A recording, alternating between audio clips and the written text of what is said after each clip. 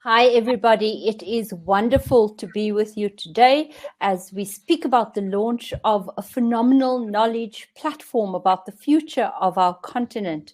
From Kigali in Rwanda, from Johannesburg in South Africa, from Sweden, and also from Vienna, Australia. Welcome to what I'm sure is going to be a great panel today. My name's Ferial Haffajee. I'm a journalist with the Daily Maverick, and we're the hosts with the Institute of Security Studies of today's webinar. Very welcome, Dr. Jakkie, Cilliers, the Head of African Futures and Innovation at the Institute for Security Studies. Joining us from Kigali, Ms. Nandos Bekele Thomas. Thank you so much for joining us, even though you've hurt your arm, the CEO of the African Union's Development Agency, NEPAD, and also the resident coordinator of the UN in South Africa. From Vienna, Professor Jonathan Moyer, the architect of this wonderful portal or website from the Frederick Pardee Center at the University of Denver.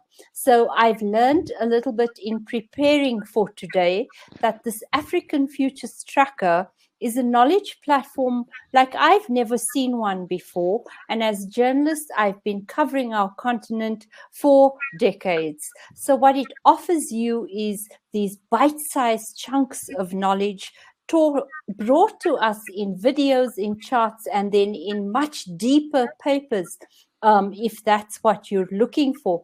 I've thoroughly enjoyed, Jakkie, going through the site. Congratulations to you and your team. I understand that this has been years and years of work. Please tell us more about it, and I believe you're going to show us a video as well. Thank you very much, Ferial, and thanks for hosting us. It's actually a great pleasure to be here with you, with my good friend Jonathan Moyer from Denver, and Ms. Bekele Thomas from the NEPAD OUDA agency, the African Union's Development Agency. Ferial, I thought, this is several years in working, I thought Yes. The easiest way of explaining this to show you a short video, which is a summary of a video which is on the home page of the site, which explains how to use the site. So I was asked before I do this to ask all the panelists, please, to mute yourself, Yes. which we should do, and then I'll show the video.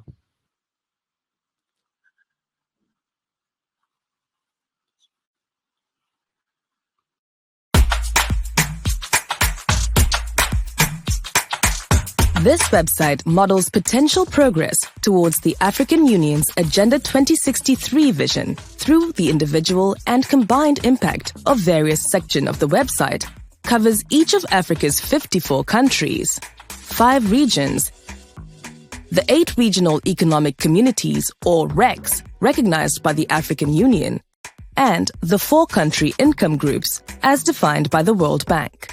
In each, you can review the likely current path forecast and the impact of 12 sectoral scenarios such as on demographics, agriculture, education, and leapfrogging. You can access the geographic future page for each geography by clicking on the map on the home page or the menu bar. Each geographic report contains a summary, 60 interactive charts, the current path forecast, and the effect of 12 sectoral scenarios, such as the impact of more stability, a demographic dividend, better health wash infrastructure, or the impact of the combined Agenda 2063 scenario. Each chart is interactive and accompanied by interpretive text. The thematic futures section starts with an overview of Africa's current path, followed by a discussion, analysis, and forecast of different sectoral scenarios, such as agriculture, education, and manufacturing, and the impact of a combined Agenda 2063 scenario. It's easy to click through to any of these sectors using the navigation bar on the left. For example, to explore Africa's demographic future and how Africa can advance its demographic dividend across different sectors and geographies. The site is constantly updated and will continue to evolve based on your feedback and input. For more information, feedback, or to get in touch, please reach out to the team.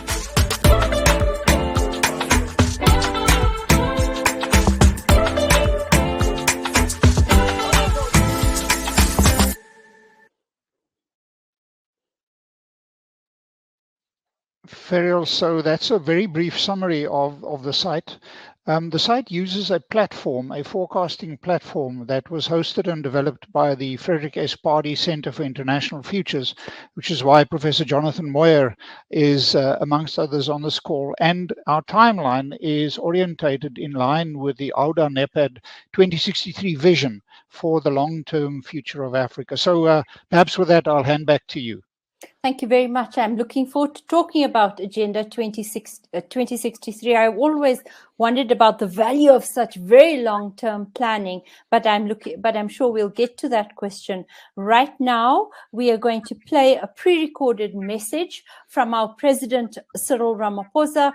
I guess he would have tried to be with us today, but he does have a commission of inquiry into state capture coming out in the afternoon, and generally quite a busy agenda at the moment. So if we could please play that video from President Ramaphosa. Again, a request just that the panelists mute themselves.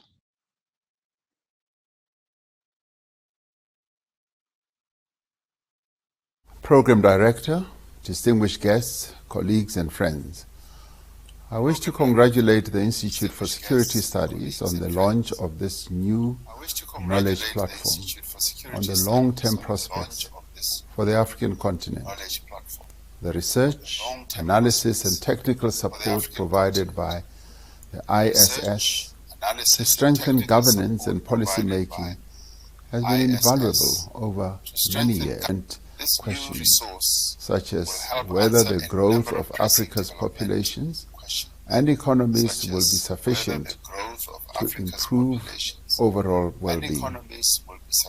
In his 2020 book, Africa First, Dr. Jakkie Cilliers writes that Africa has a bright future if Africans get behind good governance, take responsibility for the continent's development, and seize the opportunities of the Fourth Industrial Revolution.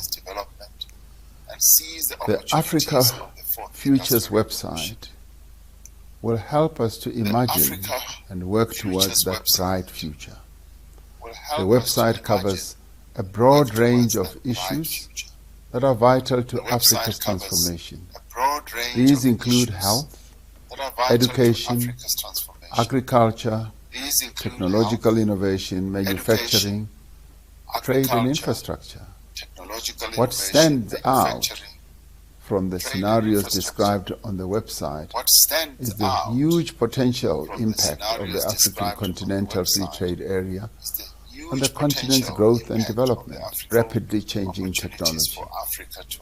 This will be vital as African countries make the transition to low-carbon, inclusive and climate-resilient economies and societies. The scenarios on this site should inform and inspire us as leaders, as business people, as academia, civil society, as we look for new ways and answers to understand the complexities of development on our continent. This site should assist us collectively to develop more appropriate policies, build our capacity, and ultimately deliver better developmental outcomes. By aligning its work with the priority areas of Agenda 2063, the Institute for Security Studies is lending its weight to the Pan-African drive for unity, self-determination, freedom, progress, and collective prosperity. Their vast resources and its extensive energies in the cause of common prosperity. I thank you. In the cause of common prosperity. I thank you. And we very much thank President Cyril Ramaphosa. Jakkie, you wanted to come in there? Yes, Ferial, it's a great honor and a pleasure that the President has taken the time amongst a very, very busy schedule to record that message and to provide his weight to the initiatives that we are undertaking on the long-term future of South Africa. So really a great pleasure and an honor. But I guess I'll hand back to you with regard to where to go next. So our apologies for the sound quality. We'll make sure that it is uploaded, the message of President, and sent to you. Very welcome, Ms. Bekele Thomas. I was wondering if you had a response to the President's message there, specifically on the importance of the free trade area, and as well as on how this knowledge platform or website can be used in your work. We're joined by very many attendees, and we greet everybody who has joined us today. Thank you very much, Ferial, and good morning to my fellow panelists, and good morning to the audience. Well, you know, the President's message was very clear and really response to what the objective of this website is all about. First of all, I want to congratulate, the ISS for coming out with this website. You wonder sometimes how the world has been planning, implementing programs without such information, which is so vital, and scattered information that doesn't really give you, the reality check of what is there, and, and understand the needs of the people at all levels. And therefore, I think this is a very opportune one. We have to seize this opportunity because of the fact that the 10-year implementation plan of Agenda 2063 is coming to an end in next year, in 2023, and we have to design a new 10-year plan. And in this design, actually, we had consultations with the EU Commission, and what we have agreed is that we need the voices of the people, because Agenda 2063 is not just, the agenda of the elite, but it's the agenda of the Africans. And therefore, we have now designed a new mechanism, a new way of doing things, which is consultations with the people, asking them what they think of the last 10 years, the decade, and what are their own priorities, for the coming 10 years. And in these, the website would provide, information that is vital and would enhance our planning for the coming decade. And therefore, I'm really elated and very happy. The second thing is that although we talk about, the various areas, the priority areas of the Agenda 2063 are very clear. I mean, they're priorities. They have been priorities during the 70s when we had established the Lagos Plan of Action. They are the priorities today, and they will remain priorities unless we implement them.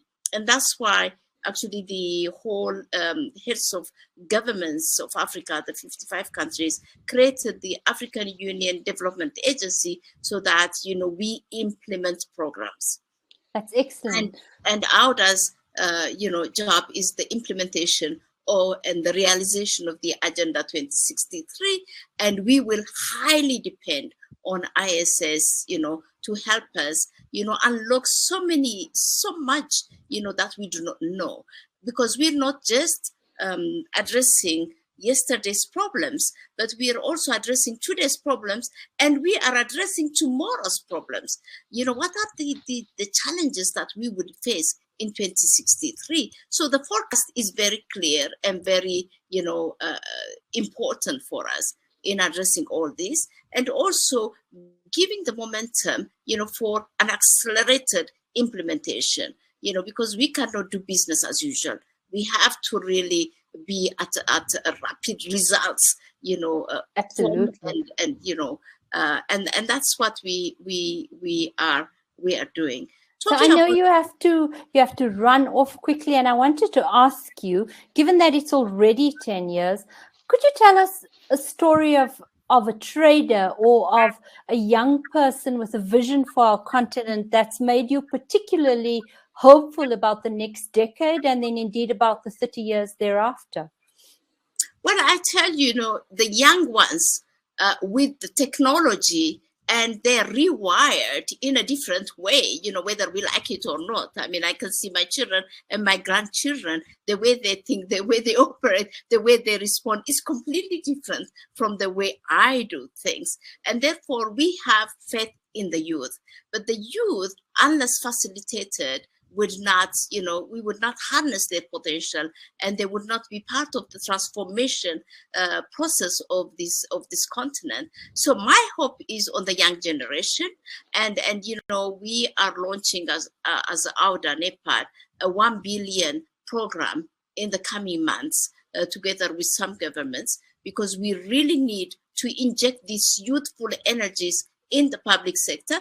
And this is what the website says, because we have got this, the young ones with university degrees, and they've become parasites rather than being a productive asset of the transformation process. So we would like to turn that. We want to inject them in the different countries and train them, of course, to do that.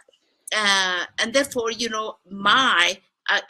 my own conviction is that, is the youth that would transform our continent, that would realize the Agenda 2063. Agenda 2063 is for them, and we need to put them at the center of the implementation of the agenda. And I'm so glad that this website, is helping us in that direction, giving us evidence-based, so that we can have evidence-based policies and programs. Thank you very much. Professor Jonathan Moyer, many congratulations for the site already coming up in the chat, and we'll have some more videos on it. Tell us about how you developed it and how it can be used. There's quite a few specific questions which I'll ask you thereafter, and some of the best examples in the world, because I understand this is what your center does. Very welcome to you. Thank you so much. It's a real pleasure to be here. And it's a pleasure to be here with the new CEO of NEPAD AUDA as well. It's a great honor to have collaborated with NEPAD in the past, and we're very looking forward to continuing to pursue work in support of Agenda 2063. The tool is called the International Futures Model. It's a kind of model that tries to simulate development across a very broad range of issue areas that are interconnected. We all know that development happens in interconnected systems where conflict matters for how the economy works, youth matter for patterns of education and labor. Issues of gender inclusion are essential to understand for the future of unlocking resilient capacity development. All of the human development elements interact with how governments work. Levels of corruption are important, effectiveness, government revenues, right? Thinking about how these policies then feed back and affect patterns of human development, that's essential as well. But that's not the end either. We all know that humans and societies interact within broader environments. So human development affects the environment, whether that's local issues like water resources and water use, whether that's environmental issues that happen in the home, where primarily women are affected by cook stoves that burn in ways that are not so clean, or whether that's climate change, a global phenomenon that's going to have very real effects on Africa, where Africa did not contribute to this significant problem. So how to balance and plan for all of these interacting dynamic effects? We argue that it's really important to use quantitative tools as one resource in the planning process. I really appreciated that Madam CEO mentioned that planning needs tools, planning needs resources in order for us to better shape and think about how the future's unfolding. The tool is called International Futures. I'm going to put in the chat just a couple of recent publications that we've done with NEPAD as well as the website. The tool was founded by a just 1 second, please. Jakkie, are you still screen sharing? We've got many calls to stop sharing, sharing the screen. I'm not screen sharing in actual fact at all. I'm just going to close my video and turn my video off and go back. But I'm not screen sharing at the moment. Just to say that our colleagues are aware of it and they're trying to fix it. Please, Prof, continue. Sorry to break your word there. Not a problem at all. The tool is called International Futures, and it was developed originally by a professor named Barry Hughes, who I think is with us today in the chat. So Barry, if you want to say hi, please do. Barry developed this tool starting in the late 1970s. So the tool has a very long history of development within academic settings. I'm at an academic conference right now that's focused on using scenarios to combine human development with climate change to better inform UN-related reports. You asked me what are some applications of the work that we've done. In the chat, I put a couple of publications. One that we worked on with NEPAD that looks at the future persistent trends that are happening within Africa. Human development is changing dramatically. Populations are growing. Over the next 20 years, 500 million people each will be added to West and East Africa, transforming in fundamental ways how humans live in that space. So thinking about the long-term future, thinking also about uncertainty in that future space. So in that report, we focused on the importance of governance as a leverage tool that can be used to shift policies and unlock this future potential. Another example of this is a second report I put in that link that looks at the Continental Free Trade Agreement. What are the opportunities for good governance to interact with improving trade relationships to further improve economic development, economic integration across the countries of Africa and the regional economic communities, and further unlock human development potentials? We work with a broad range of organizations. Lately, we've done quite a lot of work with the UN, looking at the effect of COVID-19 on development patterns, or the relationship between civil wars and poverty and human development. So there's a lot we could talk about, and I'm really honored to be here. And congratulations to Jakkie and the ISS again for all of this outstanding work. We're very happy to be longstanding partners with you all, more than a decade at this point. Quite a few questions here, Prof. One of the reasons social media platforms overlook traditional websites is the ability for a user to instantly get feedback. So are most users more inclined to ingest information via video compared to text? Nowadays, can this website be integrated in school education systems? Will it be translated? Should celebrities and social media influencers be involved to play a piper role to increase the exposure of the findings of the website? All those great questions coming to us from Putela Myeni. Prof, do you want to have a quick crack at that, and then we'll move on to Ms. Bekele Thomas? I'm going to quickly pass that to Jakkie, who's the creator of this website, which uses our model as an input. But Jakkie? Thank you. Thanks, Jonathan. Yes, so the website's quite large, Ferial. There's 4,500 charts on it. There's almost a million words of text on it. And it's taken several years to develop. It's only available in English. There is about 80 videos on it, and there's a report on every African country. And there is 11 scenarios for every African country, for every regional economic community, for every country income group, and for every region. So it's a massive amount of work and data. Given that we don't have the resources to make it available in other languages, but what we are going to be doing is to expanding the analysis that includes gender, for example, the impact of gender and power and influence in Africa and Africa's role in the world. So there's lots of work that still can and should be done. But I think that the link to the site has been posted already in the link in the chat function. So hopefully people can access the site and have a look at it themselves. But hopefully we'll also get it a little bit into the site.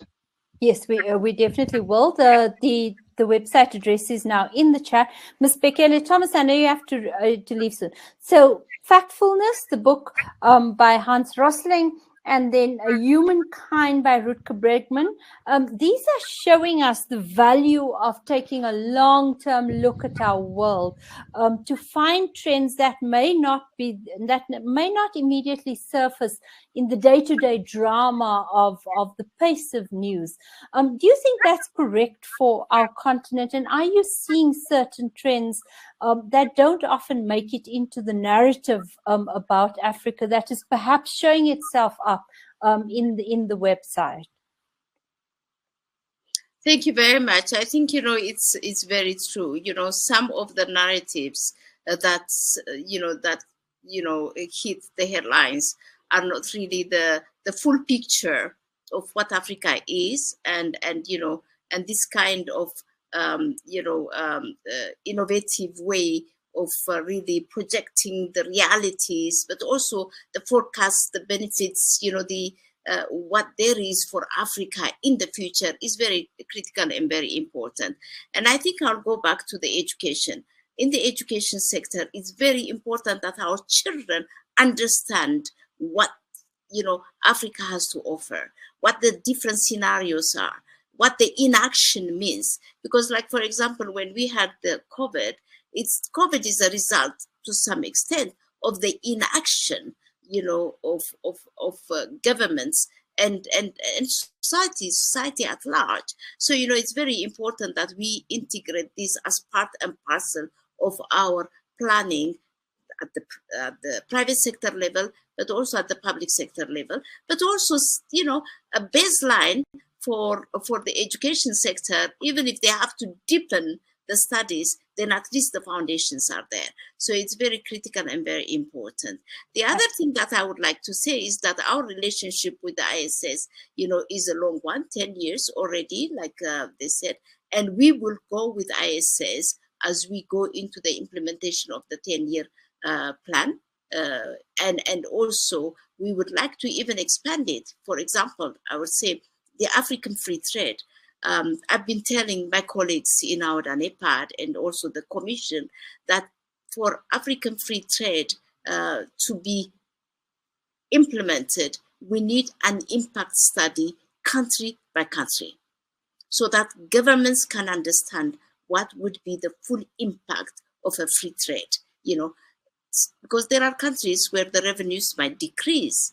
They will not say it, but they will just block themselves from implementing it or even signing the agreement.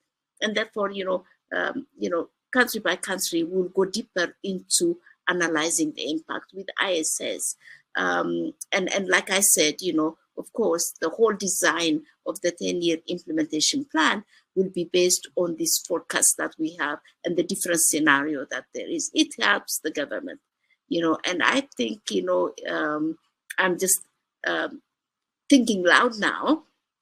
When we go to the July summit, we would like to go there with ISS to have a side event and to really, show this to the governments and private sector and other participants that would be attending the summit. So this is an invitation to you, Dr. Cyril. I'm We'd be pleased to do that.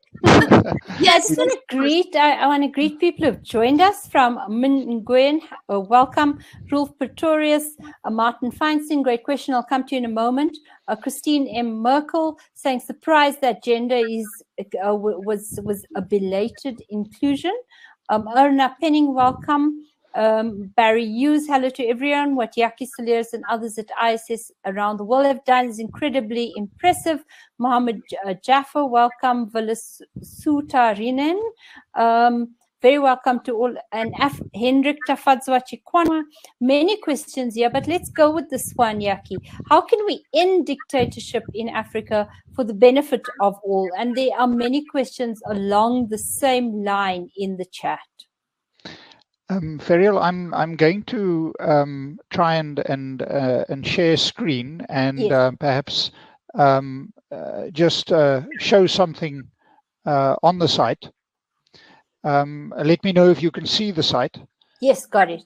Okay, excellent. I understand that there's been a few smaller technical issues, but so Ms. Bekele Thomas just asked the question about can we go for a forecast on every African country? Now, we've done that.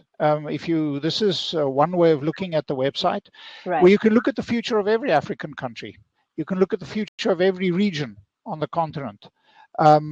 And you can look at the future of every regional economic community or income group. And hopefully a little bit later, we can go into that. But we can also look at the future of Africa from a variety of thematic perspectives. And you've asked the question about, so what is the future of, for example, coup d'etats and instability? Now, difficult as it is, we have tried to forecast what the impact of greater stability would be on the future of Africa. And we also look at, for example, what is the future of better governance? these things can be modeled, not perfectly, but we can look from a structural perspective at the relationship between, for example, democracy and growth. And for example, there is absolutely no doubt that the current wave of instability on the continent is driven in part by the impact of COVID and the economic downturn, because the economic downturn of COVID means that governments have less revenue to spend on providing services, even including on security. And that means that people get unhappy. And that means that, particularly in West Africa, eventually the military start taking things over. We've seen a number of coup d'etats, but from a structural point of view, the general trend towards greater democracy, towards greater inclusion, and towards better living is a strong structural trend. So perhaps, Ferial, what I'll do is I'll just show you perhaps one thing. We're talking a lot about the future of Africa and where it comes from. So maybe let me show you this chart, because this single chart explains a lot. It's a chart that looks at gross domestic product per capita for Africa and the rest of the world. And it is from 1960 until today, and with a forecast until 2043. So this is this is on the left-hand side is 2017 dollars. At the bottom is time.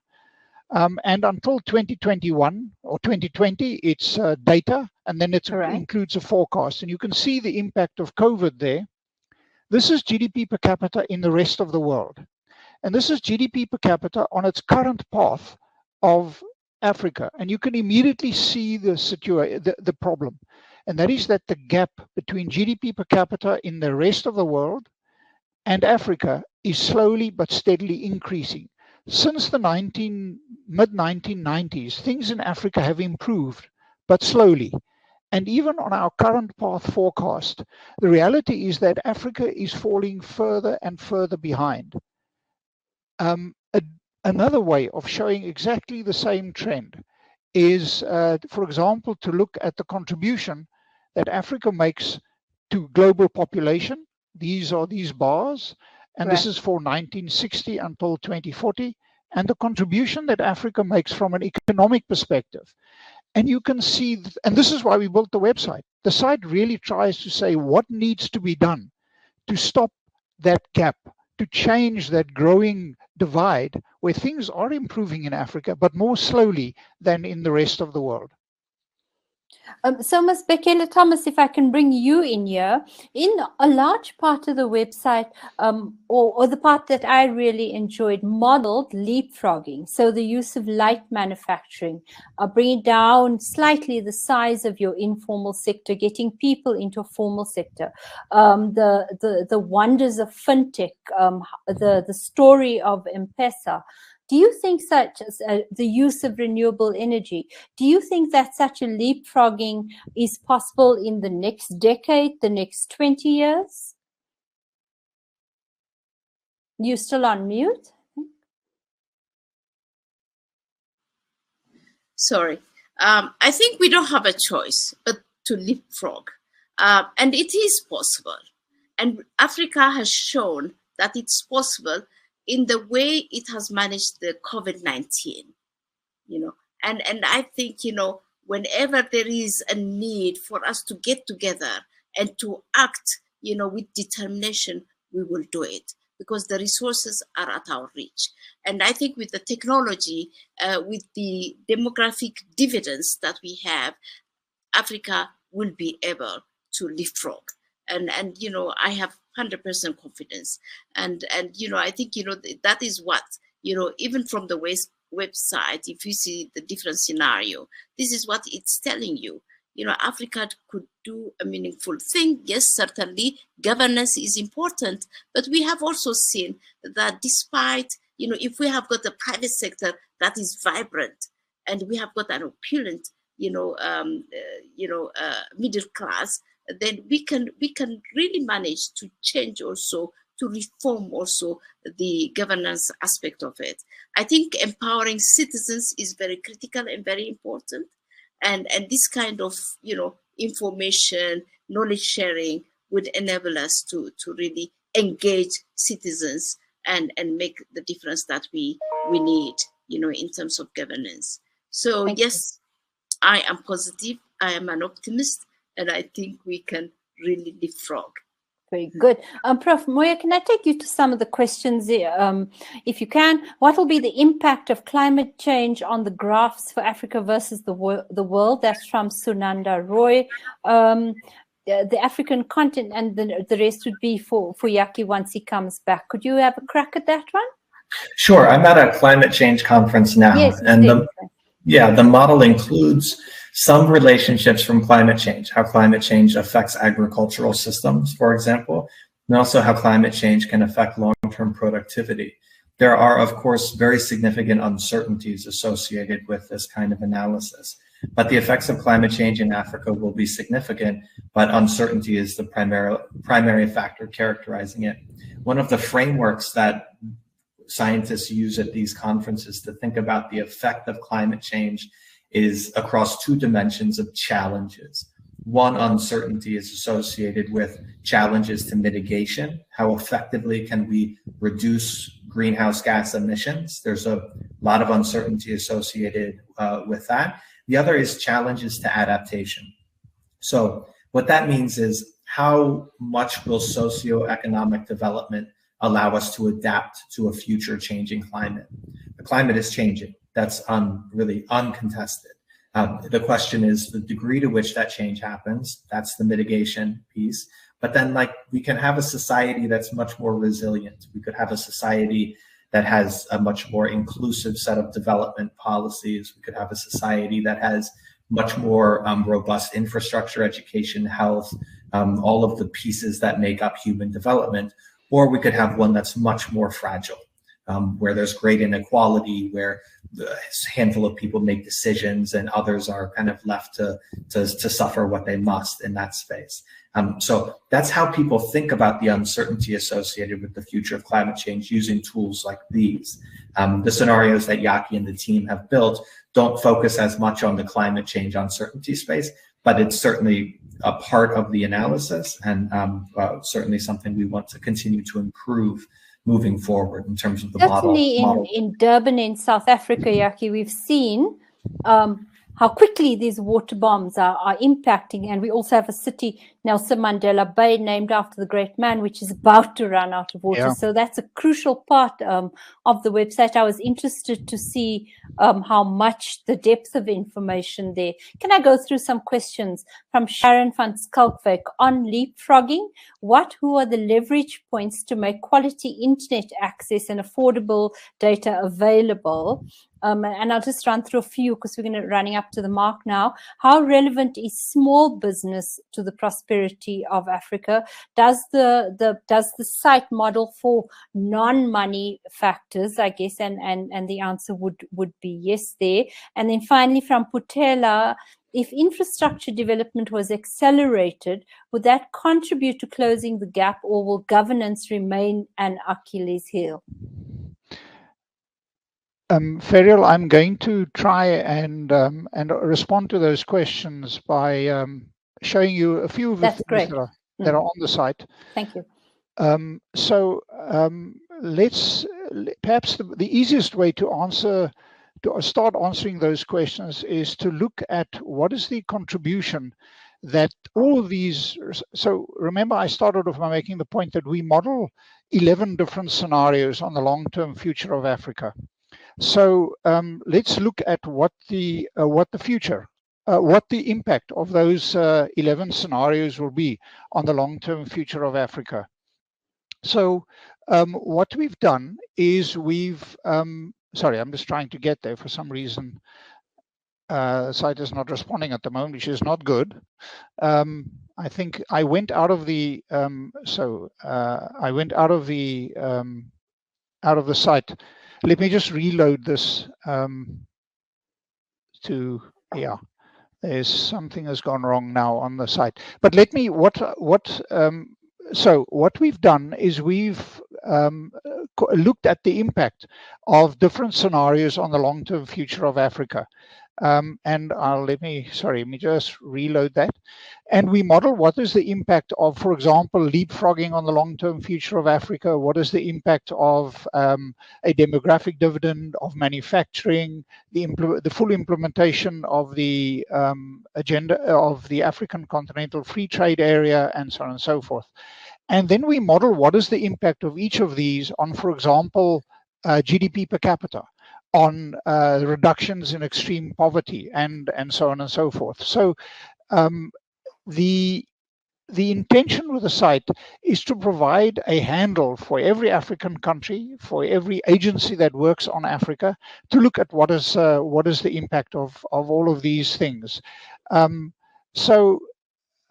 Ferial, the way, for example, that we looked, one of the questions was, how did we look at leapfrogging? So when we looked at leapfrogging, we looked at, in particular, the transition to renewables, and we looked at the impact of that.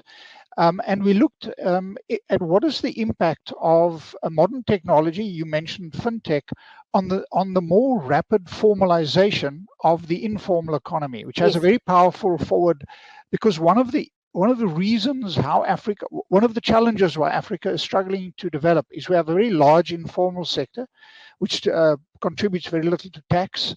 It is less productive than the formal economy. So the contributions that gives to economic growth is quite limited. Modern technology allows the informal sector to formalize more rapidly. People contribute more to tax. That means governments have more revenue to spend on education, infrastructure, and so on and so forth. But over long-term horizons, the scenario that makes the biggest contribution to the growth of Africa, out till 2033, it's mostly agriculture, but beyond that, long term, out till 2043, it is without a doubt the full implementation of the African Continental Free Trade Area. That's a very powerful message. Without Africa creating a larger integrated market where we trade with ourselves, we won't go up the manufacturing ladder, we won't transform our economies, and only then is Africa in a position to really start being part of the global economy. We are 3-4% of the global economy. Yet we have, a massive population and a burgeoning youth that want jobs. And eventually, only the manufacturing sector has been historically the contributing factor to growth. And that's what we need to grow in Africa. I agree with you, but it's often easier said than done. So overnight, the Yeovil market was burnt down, a wonderful hub of Pan-African traders. And that's because our country is in the midst of a massive anti-migrant wave, which could hurt the implementation of the free continental trade area, certainly by South Africa into the rest of Africa. On the site that I'm not sure that it's... I think so, hey? Yeah. But in any case, it's now reacting I think it's a demand problem. It's not so bad. Can we get to it? So this is, for example, our analysis of South Africa. It says that South Africa is one of Africa's most developed economies. We are supposed to be in a demographic dividend, but we're not getting any benefit from that. And we're caught in a classic middle income growth trap. And we are growing slower than the rest of the other 6 African upper middle income countries. There are only 7 upper middle income countries in Africa, of which South Africa is one. And it's actually extraordinary that up to 50% of South Africa's population live in extreme poverty, and that we are one of the largest carbon emitters in the world. So that's sort of, there's a whole analysis of South Africa and its future on the site, what we refer to its current path.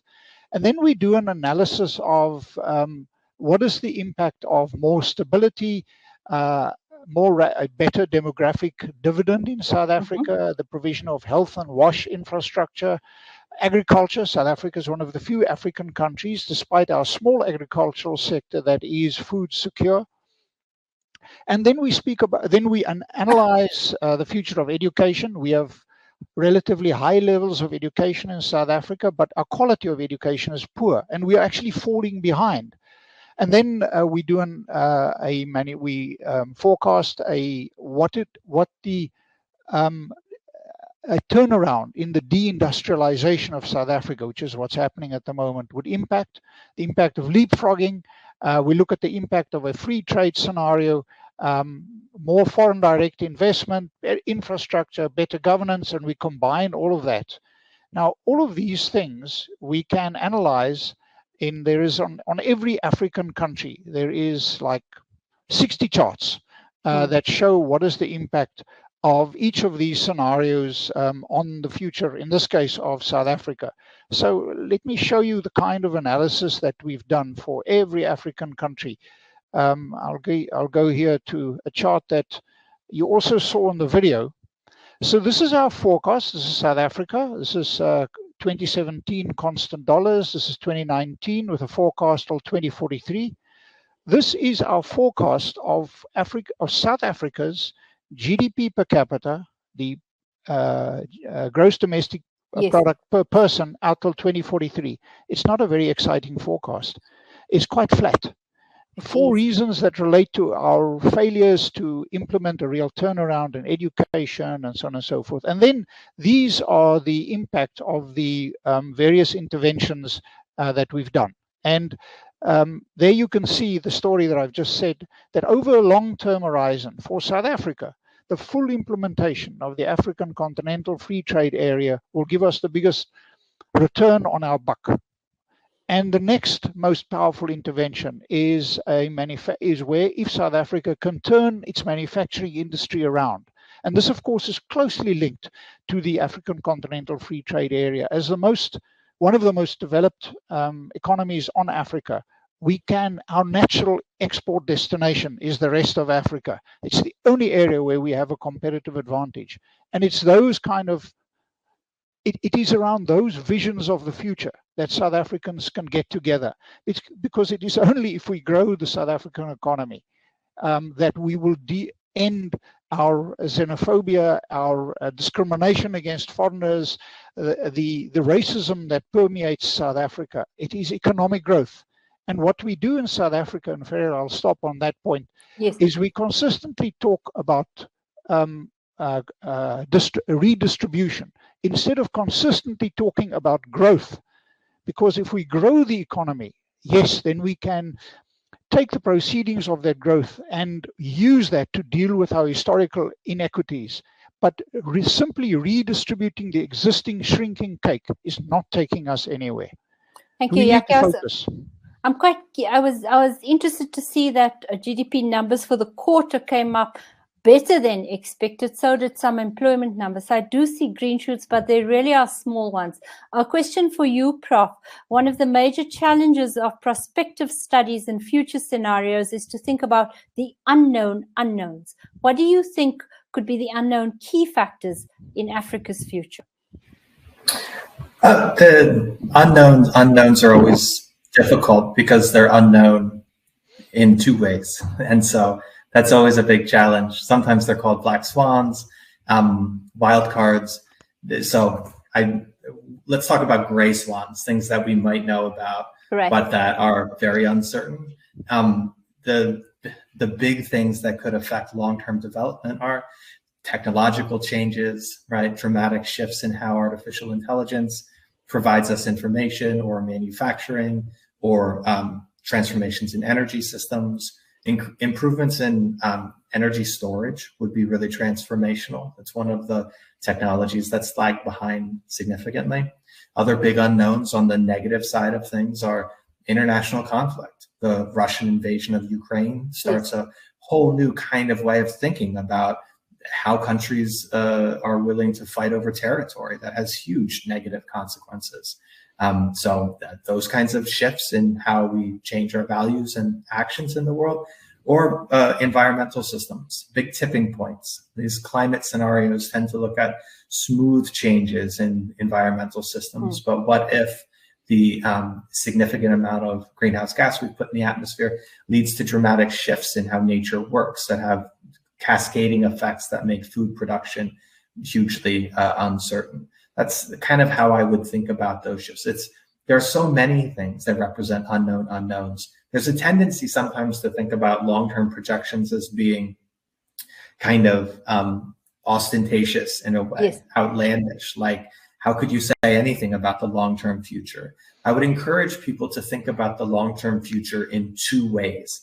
there is a lot about the world that remains continuous and is very predictable. Tomorrow, the sun will rise. Tomorrow, South Africa will be a country. Tomorrow, so many things will be kind of persistent across time. Then there's a whole nother category of things that are changing, but where we understand how they change. Demographics. We understand how and why people have babies, how and why people migrate, how and why people die.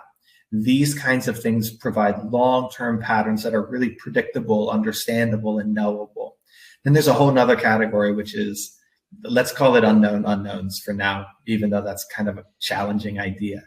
And those are the things where we really need qualitative foresight. There's a whole lot of interesting work at WITS that does this kind of work and other places too. And that can help us think more creatively about opportunities and challenges. But there's been a lot of comments in the chat that I'm really excited about, like helping policymakers think more carefully about the long-term future, understand that there are things that we know and that are kind of persistent and that should form the backbone of how we set policy strategy, and then other kinds of things that we have to how does a social media era how does that work against long-term thinking? Because in South Africa, it's very hard for people to see that actually the long-term trajectory has been a good one. There's almost a disbelief when you try and place that narrative into the public sphere. I think that's there was a book written in the 1970s called Future Shock that talked about what happens in a world where there's too much information. People in the 1990s and early 2000s were like, the internet will democratize the world. Everyone will have all the information at their fingertips. We're all going to have these little magical machines that can tell us anything. Well, it turns out when that happens, we don't all sit there and digest all the information and make kind of thoughtful decisions about that. It turns out that what happens is companies are created that incentivize like emotional reactions to particular pieces of information. And then we all revert back to these tribes. We become more tribal in a way. We become more like narrowly understanding the world because we have too much information. Too much information can be debilitating. What to do about that? No idea. If I knew the answer to that, I think, The world is fragmenting, and that's actually the challenge, both at a global and at a national and a subnational level. And our challenge, I think, is to work towards rebuilding, a rules-based international order, but also in the South African sense, the rule of law in South Africa, which in South Africa seems to be under threat, because another book that Jonathan also knows very well is a book about the signal versus the noise. There is so much noise in our environment that we actually don't know what really is important. So what we do when we do long-term forecasting, we do structural trends. For example, the global long-term trend is towards an increase in democracy. It has been that case since 2 centuries ago.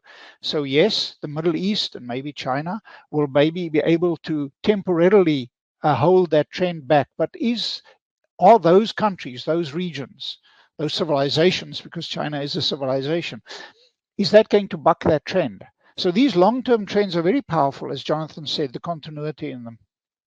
Thank you. I just want to check if Ms. Bekele Thomas is still with us, or I think she had to run. Hello there. I think she's gone. I do want to whip through the questions because there are many of them. From Yvette Trevlin Nunn, what 5 positive actions can South Africa take to impactfully change the current trajectory? I'll go through a few. What is the foreseen long-term impact of Ukraine on the African growth trajectory? Perhaps you can take that, Prof. How do we stop redistribution when initial distribution was skewed? I think that's apartheid. I think it's a very South African question. If you can just divide those between you, please. Jakkie, I'll take the Ukraine one and you can do the South Africa. Is that okay? Thank you. Ukraine, 3 points briefly. How will the Russian invasion affect African development? The first point is wheat exports. There's a concern about this, and wheat exports, the total effect it should be something that's felt, and that's going to have a negative effect. But I don't think it's going to be as catastrophic as the second effect, which is fertilizer cost. The fertilizer cost issue is going to be a very significant issue, because as fuel prices rise, that directly affects the fertilizer costs, and that's a very significant issue. The third is a geopolitical point, and that is the Russian invasion of Ukraine is going to rewire the international system. It's going to accelerate a process that's associated with the rise of China, where the world starts to look like we're moving towards probably 3 spheres of influence. There's a Western sphere of influence. There's this Eastern sphere of influence with Russia's invasion that's going to really cement Russia in that kind of space. Then there's this historical non-aligned movement kind of sphere of influence. Thinking about how those 3 separate spheres of influence interact with each other and how the Russian invasion of Ukraine will change those dynamics is something that has to be further studied. The final point on the geopolitical side of things is the invasion changes norms associated with how countries respond to territorial disputes. I think it would be an absolute disaster for those kinds of norms to be spread further in Africa, where the territorial boundaries were created from a colonial process that was amazingly unjust. And so thinking about making those adjustments could be really dangerous. And I think the UN ambassador from Kenya made very impressive points about this in the run-up to Russia's invasion to Ukraine that you could look on YouTube and see if you were interested. Thank you very much, Ms. Bekele Thomas. Thank you very much. Jakkie, I'll come back to you in a moment. You may want to respond to the impact of the Ukraine war, but what the question that was there for you is, what's the role of small business in driving this 2063 agenda, which you say is cut up into decade implementation plans? Thank you. I think, the small businesses have a major role to play, and they need to grow. Because, as more and more young ones go into business, especially in areas which is in IT, which would accelerate, the whole transformation process. I think it's vital and important. It's also important for the African free trade, because, we have to build the value chain. But this value chain and supply chain and the forward-backward linkages that we require for the African free trade to be realized need to be managed properly. We have to understand where the growth areas are, and around those growth areas, we need to build these chains, and we need to put the youthful energies into that.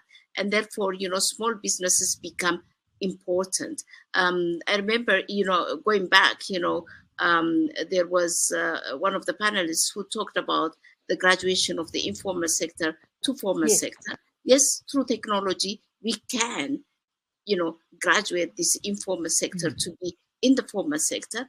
But also, the young ones, when they start businesses, they don't have to be informal. With technology, they go into the formal sector directly and be, the drivers of transformation. And therefore, small businesses are critical and very important. And that way, they grow, so they graduate, that's what I would say. The sectors that we are, right now focusing on would be both on, agriculture, but agriculture linked to manufacturing, the agribusiness. Agro-processing.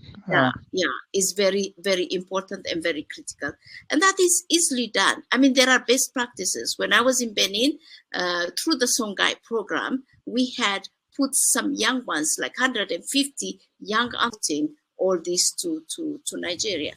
And when we talk about the integration, of course, certainly the infrastructure aspect is very critical and very important. Even in the infrastructure, we need to promote the small businesses that are intermediaries towards this high-end transport systems. And therefore, infrastructure is critical and very important. We need to inject the young ones into these fundamental foundational sectors. We need to start with those. That's what I think we need to do. But small businesses. Jakkie, do you remember the 2 questions? 5 positive actions, Let me first make 2 points about Africa. First, Jonathan mentioned, I thought, gave a great summary of the global political changes that were happening. From an economic perspective, the main problem that Africa faces is firstly the impact of climate change, which we've talked about. But what worries me mostly is the fact that our major, economic growth comes from labor, capital, and technology. And what Africa has lots of is labor, but it's low-skilled labor. And the rest of the world is all investing in technology, in labor reducing, labor saving. And it really worries me that our major contributor to economic growth in Africa is low-skilled labor. And we need to find a way of turning our human capital around. But the question was what to do in South Africa. I'll give you a few points. Positive actions. Huh? Yeah. I think the first point is it's not possible to redistribute our way to prosperity in South Africa. We need to grow the economy. So let me just reiterate that point, and then to use those proceedings to deal with our historical inequities. But our current path forecast of growth in South Africa out till about 2029 is about 2.4%. That's not major. To get to about 3.4%, which is what we think is possible in South Africa by 2029, which is our second election cycle, 2024, 2029, we need to firstly unlock our electricity constraints. That means we need a least cost electricity growth strategy. We're not there yet. We need to step away from the ideas of land reform without compensation. It has a hugely negative impact upon international investment in South Africa. Government needs to work towards the modernization of the South African population. It needs to step away from the partnership with traditional leaders and traditional practices, modernize our traditional, particularly agricultural sector. There needs to be a clear distinction in South Africa between state and party. Cadre deployment, all of these issues have caused tremendous damage in South Africa. And we'll hear more about it tonight when we get the Zondo Commission report. Yes. And then finally, we need to adopt an inclusive approach to the South African society and economy, where we bring everybody in and we govern for all South Africans. And I wonder if any of the existing South African parties really have that vision in line. So those are, apart from investor-friendly policies and NPA and all of that kind of stuff. That's what I would say. Thank you. I'm so interested. I'm busy going through lots of notes for my book on the Commission of Inquiry into State Capture. And I found the contributions of two Harvard professors there. And they said that South Africa is the first country they know of which has held such a transparent inquiry. Obviously, the proof of pudding is on the eating. What happens to all those recommendations which we see today? So the question here for you, Ms. Bekele Thomas from Piwe Mngcobe. I'm a young person currently looking for opportunities. How do I get involved in the AFCTA? And I think that's a common question I find. How do I make this real for me? Yeah, thank you. I think, that's why when I addressed first, I said we are coming with the $1 billion program, and we are really mobilizing resources. We have got a program that is very timid, that is called SIFA, Small Skills Initiative for Africa, but we need to expand it. We need to really make sure that we have innovation hubs in each and every country where, children, or the young ones could go and really valorize their creativity and innovation. So how can Piwe get access to this 1 billion that's coming up? Huh? Yeah, but what we need to do is, first of all, the 1 billion program, that's just, a concept right now, but certainly, concepts could be realized if we have, a collaborative, arrangement. But some governments are very keen in having that.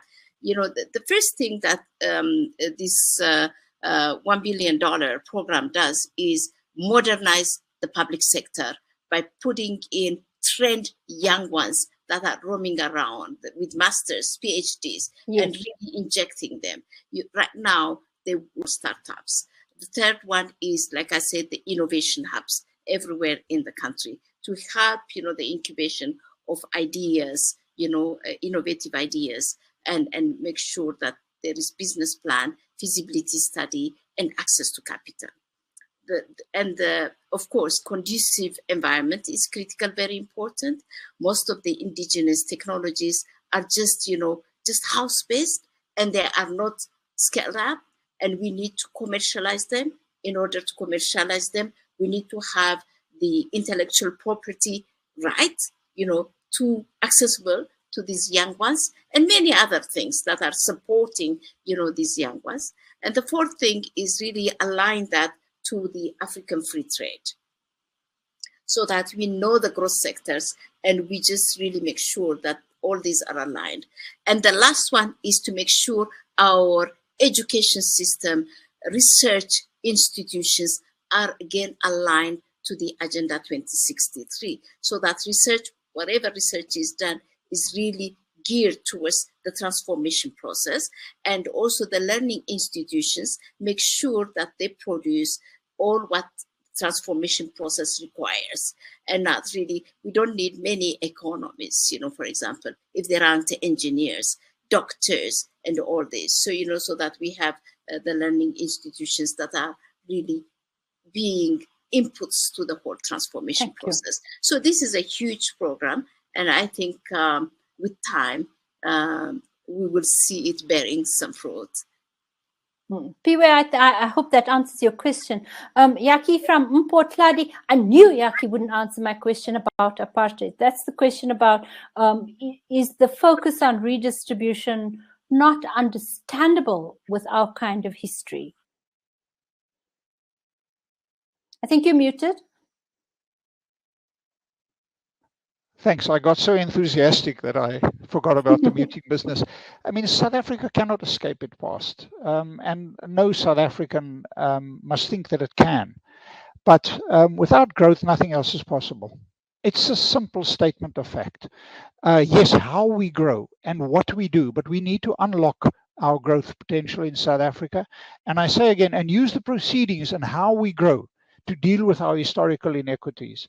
But if we do not find a way of, for example, changing the productive structures of our rural, of traditional agriculture in the former homelands, if we don't stop deindustrializing, if we don't unlock our electricity constraints, we can kiss the future. There is no viable future, long-term future that will grow the South African economy. And so I go back to what it really needs to be all hands in deck to grow the South African economy. That does require a political pact at a certain point. South Africans coming together and agreeing on where we want to go, and also agreeing on the redistribution that must accompany that growth.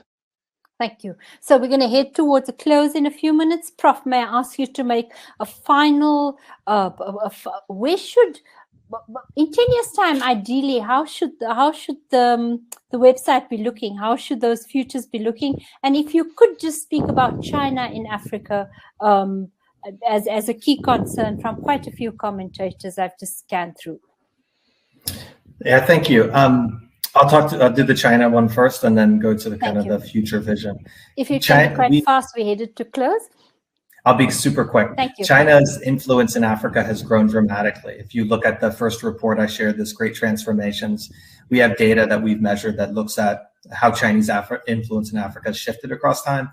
China is the most influential country across the continent from the outside perspective. It's something important to consider, and has broad implications for democracy and rights and lots of other kinds of questions. It also lots of opportunities too.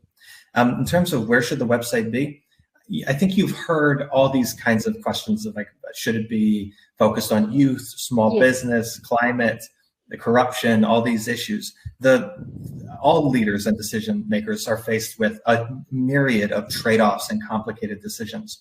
Tools like these can help us make better choices by objectively and transparently framing the different options we have and exploring the implications.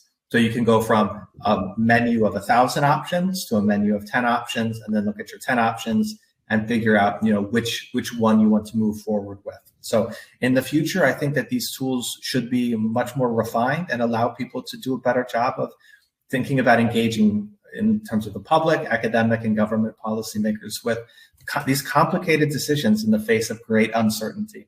But tools can help. Thank you so much. Ms. Bekele-Thomas, final thought, perhaps just one thing that you think we should focus on in that that menu of options in this new site?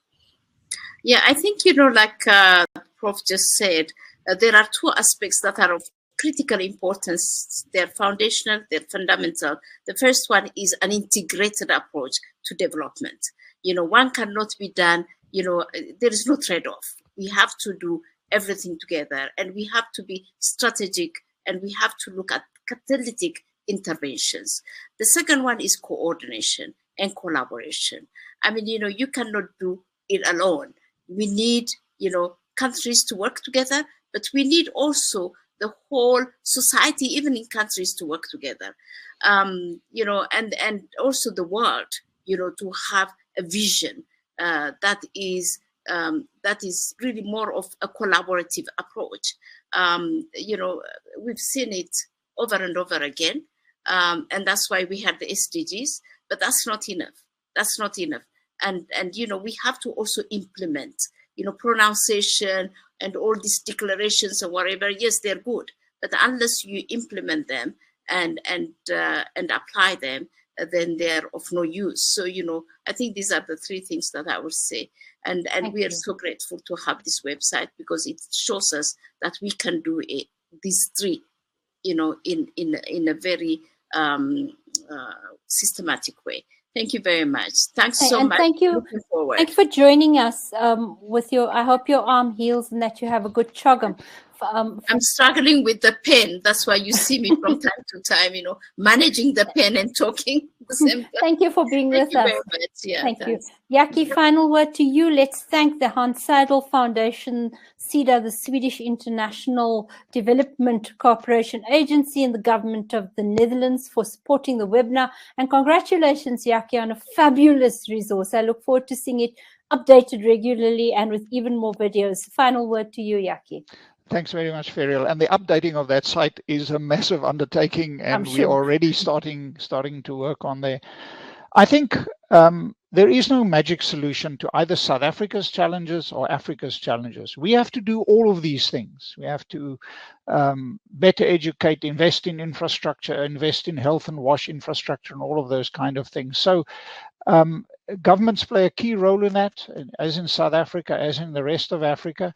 And what we as ordinary citizens need to do is to take ownership of that future and to do all of these integrated things. There are certain ways in which this kind of modeling can help. But the only thing that is sure is that our forecasts will be wrong.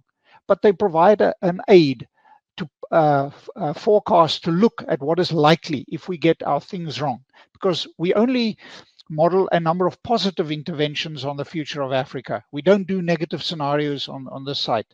But to you, to Daily Maverick and others who have made this possible, and the thanks to President Ramaphosa, who was kind enough, and amongst a very difficult and busy time, to take and to spend time in recording a message that we showed.